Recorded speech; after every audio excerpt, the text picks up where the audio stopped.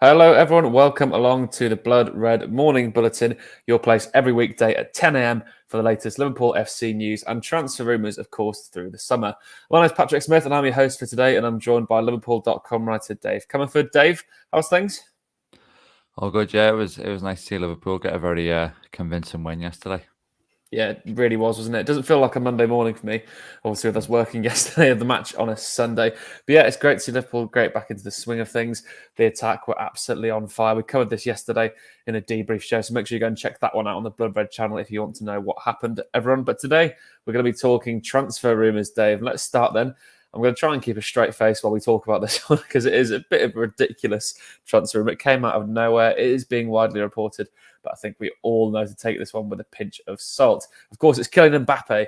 Now, Liverpool are reportedly in talks with PSG over a loan move for Mbappe, in case you've missed this over the weekend, everyone. The Mail of today claimed the Reds are ready to offer him a one-year loan deal. Basically, it gets him out of Paris, which is beneficial for him and Paris Saint-Germain, who it brings in money for, and lets him complete his move to Real Madrid next summer. Now, Dave, what's your initial reaction to this one? Because I think I can probably tell. But, what are your thoughts when you first read this over the weekend?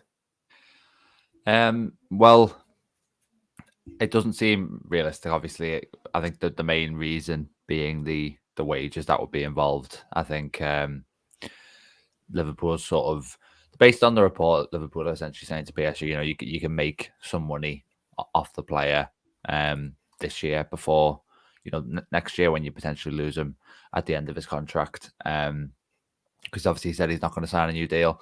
You kind of wonder sometimes where these stories come from, and potentially maybe there's something in.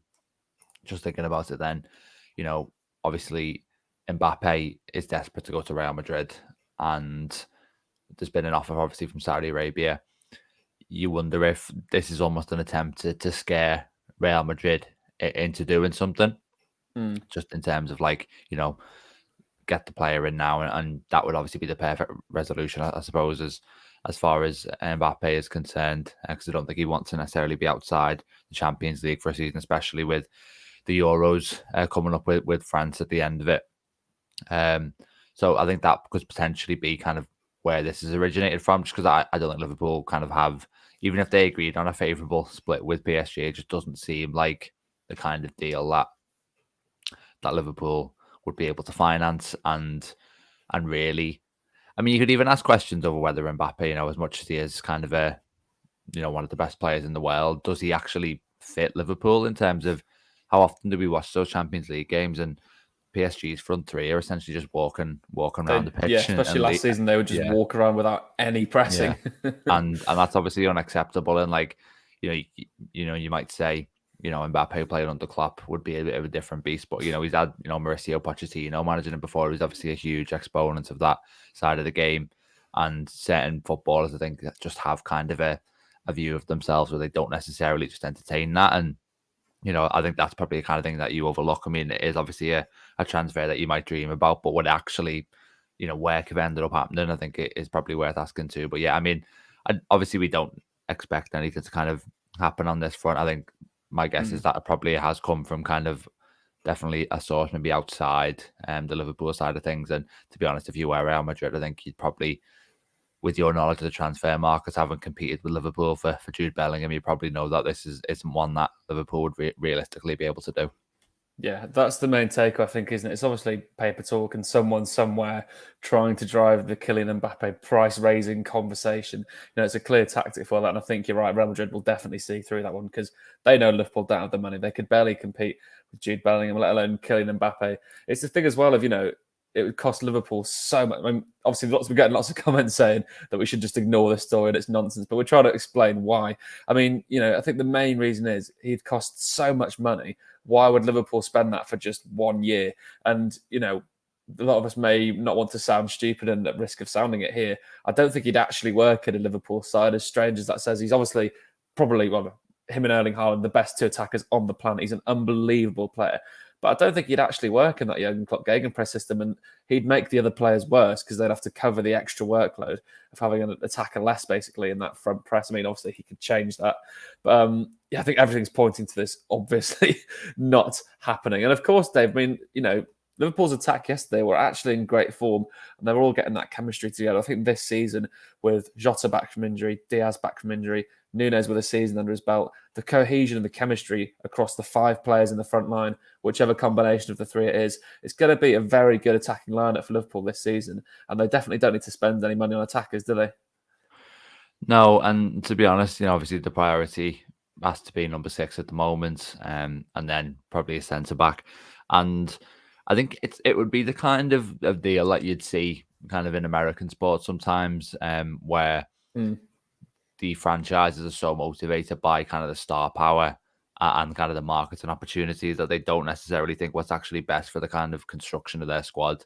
A bit like LeBron going back to Cleveland, wasn't it? Yeah, exactly. So like it's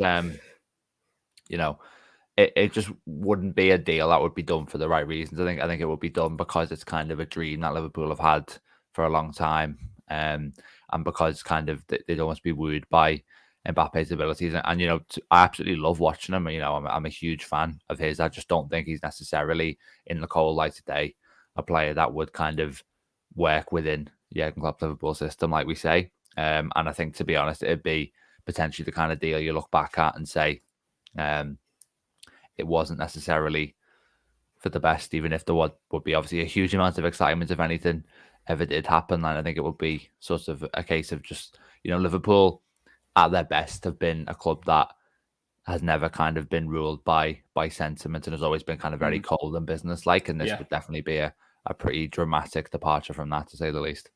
Well, yeah, I mean, we've seen that this summer, haven't we, with the captain and vice captain and, the leading defensive midfielder all being, swiftly removed during one window. There's definitely no sentiment with Liverpool. I mean, as we've discussed today, there's loads of reasons why this won't happen from PSG's side, Liverpool's side, and Real Madrid's side, of course, because they're looking to sign Mbappe. But Mbappe himself, I mean, I'd be very surprised if he, wanted to leave Paris Saint-Germain and potentially, Real Madrid next season for a season at Liverpool in the Europa League. As depressing as that may sound for Liverpool supporters to hear, it is true. Like, Liverpool are in the Europa League. It's not exactly an attractive proposition this season, but hopefully they can get back to the Champions League where they belong next one. So yeah, we'll leave the Mbappe chat there. I think we've all established why this transfer isn't going to happen. There's about 10 reasons. You can pick whichever one you want, but let's be realistic, everyone. Come on. Anyway, let's move on then to Romeo Lavia, a bit more positive transfer news to talk about. The Echo reported on Saturday Liverpool have been in further negotiations. Of course, Dave, we did a stream on Thursday and news broke that there had been a second bid for Lavia. Of course, I mean, with Liverpool's match over the weekend and the busy open training session, there's not going to be any place for transfers. Maybe in the next couple of days, Dave, do you expect there could be some further developments on the Lavia front ahead of the Bayern Munich friendly, or do you think it'll be a case of after the Singapore pre-season when, this really kicks on as a transfer story? I certainly hope that it's imminent. I think ideally something would have almost been done by now, to be honest. And there seems to be a little bit of a delay. And I think generally, like, it's fine if a transfer takes a couple of weeks to do. But Liverpool have kind of known that they've wanted this player for a long time. And maybe you could argue that they should have been approaching Southampton quite a bit earlier, because now they put themselves in a position where it does feel a little bit like a race against time, and there's more pressure surrounding this transfer, to be honest. And as far as I know, the Fabinho to Al Ittihad deal hasn't been 100% fully confirmed yet. Maybe that'll be the kind of catalyst in terms of, I know there's been some issues with that deal. It looks like now that it is going through, but maybe Liverpool are waiting for the absolute complete rubber stamp, because obviously that 40 million intake is going to play a huge part in what they can do this summer. So maybe that's something, maybe we see things accelerate after that, because, there's been all this noise that I think the second bid's coming ever since the first one was rejected, but you're sort of waiting for that moment to arrive, and maybe it is to do with the Fabinho delay, who knows. But there was reports last week that Klopp wanted Lavia to be involved in some capacity in Singapore. I think the Bayern game is on Wednesday, I believe, so we can pretty much rule that out now. So that would just give him kind of one friendly to play potentially. I think it's against Darmstadt, the very last one before the season starts. So it's definitely not an ideal situation. I think it's looking increasingly like Liverpool won't be able to use a sort of a specialist number 6 alongside Alexander-Arnold in that opening game against Chelsea. So might be a little bit of kind of bit of a weak point in that 11. Obviously, we'll see what happens, and hopefully the deal for Lavia does get done because the season, matters. It's only one game out of 38 at the end of the day, but it just feels a little bit like with a tiny bit less heel dragging, we might have been able to kind of find the solution a bit, more swiftly. Yeah. I mean, because you also need to get him through the door and get him embedded into the Liverpool side because it's different to pretty much any team in the world the way they play.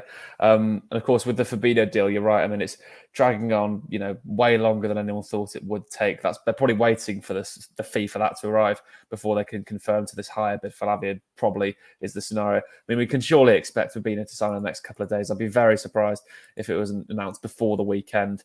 But then just talking of the number 6 role then, Dave. I mean, me and Ben Boxjack touched on this in yesterday's debrief. Curtis Jones played very well in the number 6 role yesterday. We know he played well there for the England under-21 side. Is he the one you'd be looking then to start as the number 6 heading into the season, even if they signed Lavia? Or would you throw Lavia in at the deep end, let's say he signs before the opening weekend? That's a tough one, to be honest. I mean, my concern with having Jones there is, as much as, I've obviously been very impressed by him recently, is like, I feel you need sort of the Fabinho-like destructive presence alongside Trent, just because of, the type of player that he is. He's more of kind of the deep line playmaker there. He's got a lot of defensive, offensive freedom. So you need someone who's going to be able to cover a large amount of ground and kind of win the ball back. And I think the options that are available for that game, none of them kind of inspire that much confidence in that regard. And I just worry about kind of the ease with which Chelsea might be able to get through the Liverpool midfield as a result. So I think it'll be a judgment call. I think it's going to depend heavily on when they can get him in. If I think the buying game's ruled out, but say, for example, he was in kind of midway through this week, which may be optimistic, I don't know. But if that was the case, then a week and a half's training. I mean, we've seen Klopp throw players in. I mean, I remember Luis Diaz signed and kind of came off the bench, I think, the following weekend. And then he against Cardiff, wasn't it, I think? Yeah, started the very first Premier League game for which, he was available. I think that was only sort of a week and a half after he'd signed. So maybe we see something there. But obviously, I think it's a little bit different with an attacker compared to a defensive midfielder, especially when that defensive midfielder happens to be only 19. So it's, like I said, it's looking unlikely that Lavia will be in a position to start, but Klopp could spring a surprise, and especially if he thinks that the player is kind of fearless, that the player is able to kind of take on instructions really quickly, we might see something there. But I think it's most of me is saying that it's going to be kind of a more makeshift solution, I suppose, for that one. Yeah, I mean, that's the thing, as you touched on there, when we brought Diaz in and Gakpo, they were, 23, 24, relatively established, attackers within the European game. And as an attacker, there's sort of less pressure on you. And there's some pressure to get a goal contribution, say, but nowhere near the pressure of coming in as a 19-year-old midfielder in a completely new midfield rebuild where everyone's expecting you to hit the ground running and play miles better than Liverpool's midfield did last season. That's a lot of pressure to be thrown straight into the deep end for, but maybe he'll take it on. I mean, Ben Boxjack, again, your Liverpool.com colleague, interviewed his former Belgian youth coach, and he was full of praise for him, the intention and retention of information that he gives in those training sessions. I mean, he's clearly a bright lad, so I'm sure he'll take it on very swiftly.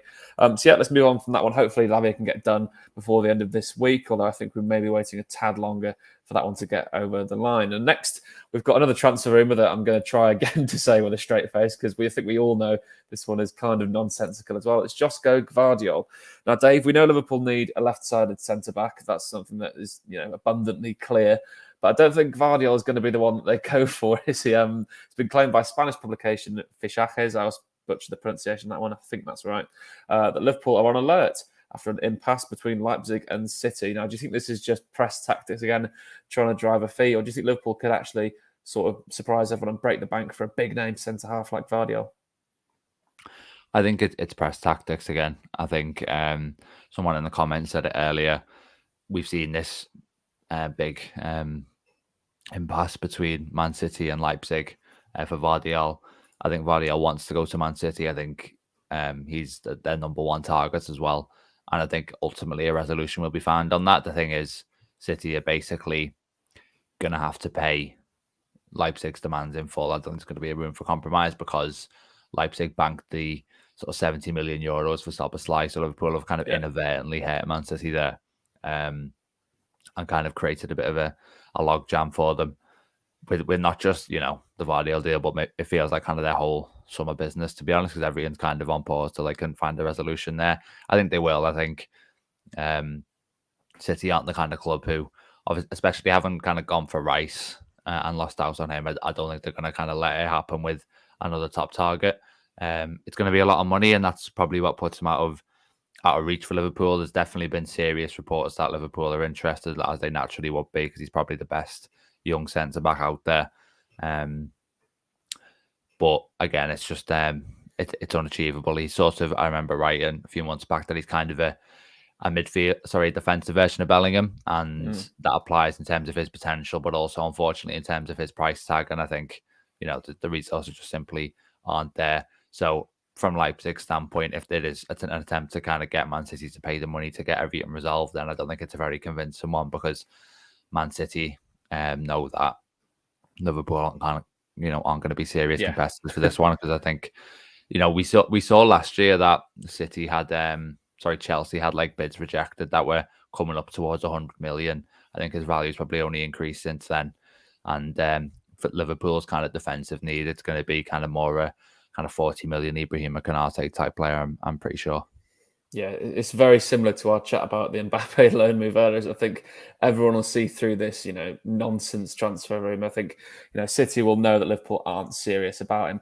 But then actually speaking, you know, I'm a huge fan of Gvardiol. I think he's an amazing player. And Liverpool do need a left-sided centre-back. But I don't think they actually, I know this is going to sound really stupid, I don't think they need to go and put their money on a starter like Gvardiol would be, because if you signed him for 100 million, you'd have to start him in that left-sided centre-half role, which means you'd have to either move Van Dijk across to the right, which would, you know, I think that'd be a problem because he's lost his legs a bit, and Konate is so good in that role. You know, tracking back, he's often, you know, defending on the turn rather than frontal defending like Van Dijk does in that central slot, unless they change it to 3 at the back. But, you know, I think that could cause lots of problems. I think this player they need to sign is someone who'll be an understudy to Van Dijk in that left side, not someone who'll threaten him to, you know, take away his minutes immediately now. And yeah, as you said, Leipzig as well have had a great window, both in terms of incomings and outgoings. They're kind of in a position now where they don't need to sell Gvardiol, so they're going to try and make as much money out of City as they can, basically. So hopefully they can do that for Liverpool's sake and take all of City's money away from them.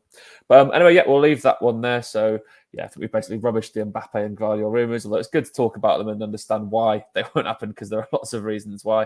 And hopefully they can get Romeo Lavia across the line before the end of the week. Anyway, though, make sure everyone that you're checking across us here on the Blood Red channel with our daily content and podcast content, wherever you get them from. And of course, we're live every weekday at 10 a.m. with this morning live stream for the latest news and transfer rumours. Whilst, of course, make sure you're keeping up to date with Liverpool.com for the brilliant articles and all the latest news on transfers from our brilliant writers like Dave. But anyway, for now, I've been Patrick Smith, joined by Dave Comerford. Thank you for joining us, and we'll catch you again soon.